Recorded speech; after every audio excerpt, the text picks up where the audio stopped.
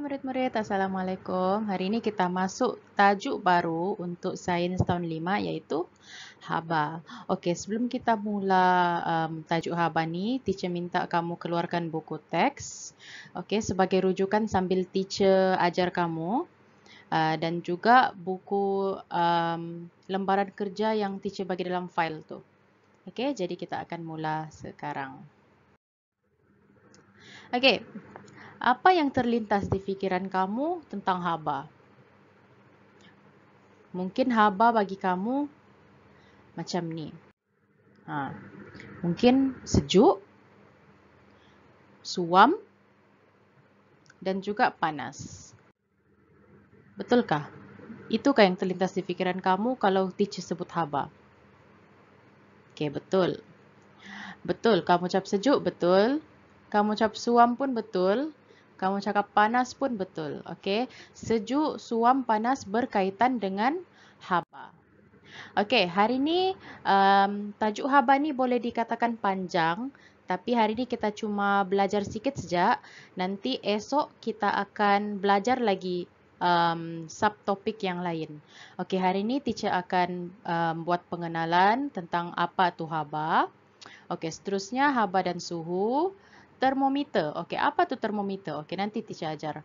Okey, seterusnya perubahan suhu air dan juga konsep menerima haba dan kehilangan haba. Okey, teacher harap hari ini apa yang teacher sampaikan kamu dapat faham. Okey, dan juga itu sebabnya teacher minta kamu sediakan buku teks supaya sambil teacher ajar, sambil tu juga kamu baca. Okey? Alright. Apakah perbezaan haba dan suhu? Okey, untuk haba ni adalah suatu bentuk tenaga. Okey, tenaga haba. Kamu ingat kan sebelum ni kamu ada belajar di tahun 4 tentang tenaga. Okey, contohnya setrika. Okey, apakah dia punya perubahan tenaga? Contohnya setrika daripada tenaga elektrik seterusnya berubah kepada tenaga haba sebab sebab setrika tu apabila dipasangkan ke power socket ataupun di soket dia akan panas dalam satu tempoh masa. Okey, itu haba adalah suatu bentuk tenaga. Suhu pula ni adalah sukatan darjah kepanasan atau kesejukan sesuatu objek. Okey. Tak apa, nanti kalau kamu belum faham tapi nanti teacher insyaAllah teacher akan fahamkan kamu. Okey, unit suhu ialah darjah Celsius. Okey, nampak ni ada bulat di sini dan juga C besar. Itu adalah darjah Celsius. Kena ingat, ini adalah unit suhu. Okey. Okey, bagaimana cara untuk menyukat suhu? Okey, termogan ataupun termometer infrared. Okey, yang ini kita selalu nampak ada di sekolah kan. Sebelum kau masuk sekolah hari tu, okey, Abang security tu pergi tembak di kamu punya dahi, tembak menggunakan termogan ataupun termometer infrared. Ini boleh membaca suhu badan kita. Okey. Macam kalau sebelum kau masuk sekolah, okey, abang security tu tembak kepala kamu. Okey, dia cakap situ, okey, kamu punya darjah Celsius 36.2. Macam gitu. Okey, seterusnya termometer digital. Termometer digital ni biasanya kita akan lihat di dalam klinik ataupun hospital untuk doktor ambil suhu kamu. Okey. Dan seterusnya termometer raksa ataupun mercury. Okey, termometer ni biasanya kita akan guna di sekolah untuk membuat eksperimen. Okey, memandangkan kita sekarang PKP, kamu belajar di rumah. Teacher sebenarnya akan buat eksperimen ni di sekolah menggunakan termometer supaya kamu boleh nampak termometer ni macam mana. Tapi tak apalah, kita bayangkan sejaklah. Okey. Okey, ini adalah termometer. Okey, yang warna merah di bawah ni adalah berbuli mercury. Mercury ni adalah sejenis logam. Sejenis logam yang boleh kira bahaya kalau kamu sentuh. Sebab dia punya ciri-ciri ni, dia menghakis. Okey, contohnya kalau kamu sentuh mercury ni, memang kamu punya kulit akan menghakis. Okey, dan seterusnya ini adalah salur rambut. Salur rambut ni di mana merkuri ni disimpan. Okey. Kebiasaannya, skala termometer raksa mempunyai julat negatif 10 darjah Celsius. Begitu sebutnya. Negatif 10 darjah Celsius sehingga 110 darjah Celsius. Cecair di dalam berbuli termometer ialah merkuri dan alkohol. Merkuri ialah sejenis logam dalam bentuk cecair berwarna perak. Okey, tadi kamu nampak merah kan? Itu kebiasaannya termometer tu diwarnakan merah. Tapi sebenarnya merkuri ni warna perak ataupun warna silver. Okey. Semakin sejuk sesuatu bahan, semakin rendah suhunya. Semakin panas sesuatu bahan, semakin tinggi suhunya. Okey, ini kamu boleh lihat sendiri waktu COVID ni kan. Orang yang demam, kalau ditembak guna termogan tu, badannya akan panas. Apabila panas, termogan tu, dia akan tinggilah dia punya nilai. Contohnya, kalau waktu badan kamu macam biasa, 36 darjah Celsius. Tapi apabila kamu demam, badan kamu boleh mencapai 39 darjah Celsius ataupun 40 darjah Celsius. Okey, teacher tulis sini. Kalau normal, suhu normal 36 darjah Celsius. Tapi kalau kamu demam, kamu punya badan boleh mencecah 39 hingga 40 darjah Celsius. Okey. Ini adalah teknik menggunakan termometer. Okey, yang pertama, pegang batang termometer secara menegak. Okey. Masukkan termometer dalam air dan tunggu sehingga aras merkuri berhenti bergerak. Contohnya kamu masukkan, nampak gambar ni, kamu masukkan termometer, pegang termometer tu begitu, jangan sampai di dasar mangkuk ataupun bikar ataupun gelas. Biarkan dia terapung sikit, lepas tu tunggu sampai aras merkuri tu berhenti bergerak. Contohnya dia berhenti di sini, lepas tu baru kamu boleh baca bacaan suhunya. Okey, ini adalah teknik menggunakan termometer. Okey, yang ketiga, laraskan kedudukan mata pada meniskus. Okey, ini adalah meniskus yang lengkung ni. Lengkung ni adalah meniskus. Merkuri dan ukur bacaan suhu. Okey, ini adalah, okey, yang teacher tanda ni warna merah ni, alamak. Okey, ini adalah meniskus. Yang paling bawah lengkung ni itu di mana kamu baca. Okey, teacher padam di sini. Okey. Sekarang ni dia tengah baca. Okey, kena kira. Ini adalah 30, 31, 32. Okey, teacher ulang balik. 30, 31, 32, 33, 34, 35, 36, 37, 38, 39, 40. Jadi apabila lengkungan tu berada di situ, baru kita baca 32 darjah Celsius. Okey, sebagai contoh lagi. Satu lagi teacher bagi contoh. Meniskusnya di sini. Okey. Dia punya termometer ni jenis yang terbalik. Bukan termometer ni. Ini adalah bikar. Okey, sorry. Silinder penyukat. Ini adalah silinder penyukat. Okey, di atas sini 19, di sini adalah 21. Maksudnya nilai itu bertambah apabila ke bawah. Okey. Jadi di sini teacher kira 19, 9.1, 9.2. Sorry, teacher gunakan yang kecil sikit. 19, 9.1, 9.2, 9.3, 9.4, 9.5, 9.6, 9.7, 9.8, 19.9, 20. Jadi jawapannya adalah 20 darjah Celsius. Okey, quiz time. Berapakah suhu bagi termometer A, B, C dan D? Okey, teacher bagi masa dengan kamu dalam tempoh 2 minit. 1 minit lah. Okey. Bagi teacher nilai untuk termometer A, termometer B, termometer C dan termometer D. Okey. 1 minit.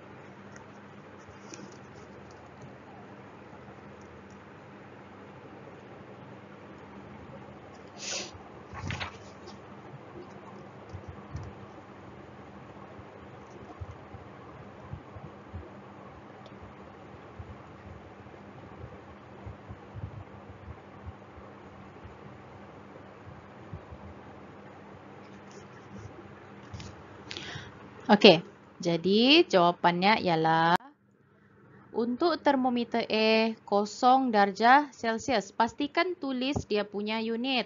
Okey, ini adalah unitnya. Okey. Untuk yang B 100 darjah Celsius, C 40 darjah Celsius dan D 20 darjah Celsius. Sangat senang. Okey. Okey, ini adalah konsep menerima dan kehilangan haba. Okey. Air ada 3 fasa. Okey, ada 3 fasa air. Okey. Yang pertama ialah ais batu, seterusnya air dan wap air. Okey, ini kamu belum belajar lagi. Nanti next topik kita akan belajar tentang jirim. Okey, kita akan belajar tentang jirim. Jadi teacher bagi tahu kamu air ada 3 fasa. Ais batu, air dan wap air. Okey. Apabila ais menerima haba, dia akan melalui proses peleburan dan dia akan bertukar kepada air. Okey. Apabila air menerima haba melalui proses pendidihan dan penyejatan, okey, dia akan berubah menjadi wap air. Okey, yang ini kamu boleh tengok macam biasa. Okey, kalau kamu biarkan ais batu di atas meja, dia akan meleburkan, dia akan cair. Okey, tiada nama proses pencairan, dia ada, tak ada. Proses yang dijalankan adalah peleburan. Kena ingat, peleburan bukan pencairan, peleburan. Dia akan berubah menjadi air. Lama-kelamaan ais batu tu akan menjadi air melalui proses peleburan. Seterusnya air menjadi wap air melalui proses penyejatan ataupun pendidihan. Sebagai contoh, kamu masak air, masak Maggi lah. Masak Maggi paling senang. Kamu letak air dalam kuali, kamu biarkan air tu di atas dapur gas, dia akan keluarkan asap-asap tu sebab panas kan? Sebab dia menerima haba. Haba masuk ke dalam air tu untuk berubah menjadi wap air. Itu sebabnya kamu nampak ada asap-asap tu. Asap-asap tu adalah wap air. Okey. Seterusnya, wap air. Apabila kehilangan haba, okey, dia pergi ke sebelah kiri pula. Wap air, apabila kehilangan haba menjadi air, dia akan melalui proses kondensasi. Okey. Dalam topik jirim, teacher akan bagi tahu dengan jelas lagi pasal proses-proses ni. Okey, teacher ulang balik. Wap air berubah menjadi air sebab kehilangan haba menjalani proses kondensasi. Okey, ini paling senang. Kamu masak Maggi, okey, ataupun abang kakak kamu lah masak Maggi. Kalau ditutup periuk tu, kamu angkat penutup tu, akan ada titisan-titisan air kan? Itu adalah proses kondensasi.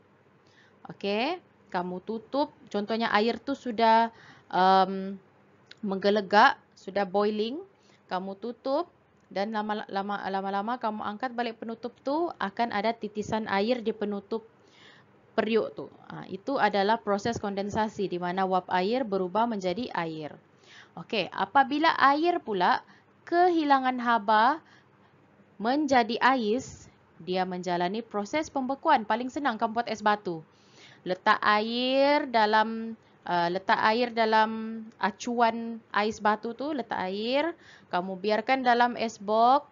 Esok paginya kamu buka, air tu tiba-tiba berubah jadi ais batu sebab kehilangan haba. Dia menjalani proses daripada air pergi ke ais batu, menjalani proses pembekuan. Kita letak di atas es box kan. Okey. Apabila air menerima haba, haba ni nampak ni, api kan? Apabila air menerima haba, suhu akan meningkat kerana panas. Okey, kamu tengok di sini, berapa darjah Celsius? 100 darjah Celsius. Maafkan teacher, tulisan teacher tak cantik. Okey. Apabila air dibekukan, Apabila air dibekukan menjadi ais batu, suhu akan menurun kerana sejuk. Dak pun kamu nampak tu meniscus tu naik ke atas. Okey, dia di sini saja. Okey, iaitu 10 pula. 0 darjah Celsius. Okey, kalau kamu tengok di muka surat 150 di buku teks kamu, perubahan suhu air. Okey, kamu boleh baca di situ. Dan kamu tengok muka surat 151 ada takat beku dan takat didih. Okey, teacher bagi tahu lagi. Untuk takat beku ni adalah satu level. Satu level di mana kalau takat beku untuk air adalah 0 darjah Celsius. Okey, itu sejak tahap yang dorang boleh sampai untuk air. Okey, air boleh sampai 0 darjah Celsius. Okey, sebab dia sudah berubah jadi ais batu. Okey, untuk air panas pula, air panas takat didihnya adalah 100 darjah Celsius. Maksudnya apabila mencecah 100 darjah Celsius, di situ kita boleh nampak air tu mendidih. Mendidih, menggelegak gitu. Sebab sudah sampai 100 darjah Celsius. Itu adalah takat beku takat didihnya untuk air. Okey, ingat balik apabila sudah mencecah 100 darjah Celsius, air akan mendidih sebab itu adalah takat didih. Untuk air pula, apabila mencecah 0 darjah Celsius, dia sudah berubah menjadi ais batu. Okey, maksudnya ais batu yang keras tu sudah. Okey, jadi sampai situ saja untuk kita punya pembelajaran hari ini. Jangan lupa buat tugasan ataupun lembaran kerja yang teacher bagi tu. Esok kita akan sambung pula kepada konsep pengembangan dan pengecutan bahan dan seterusnya. Aplikasi prinsip pengembangan dan pengecutan bahan dalam harian. Okey, itu sejak dari teacher untuk hari ini. Jumpa kamu esok lagi.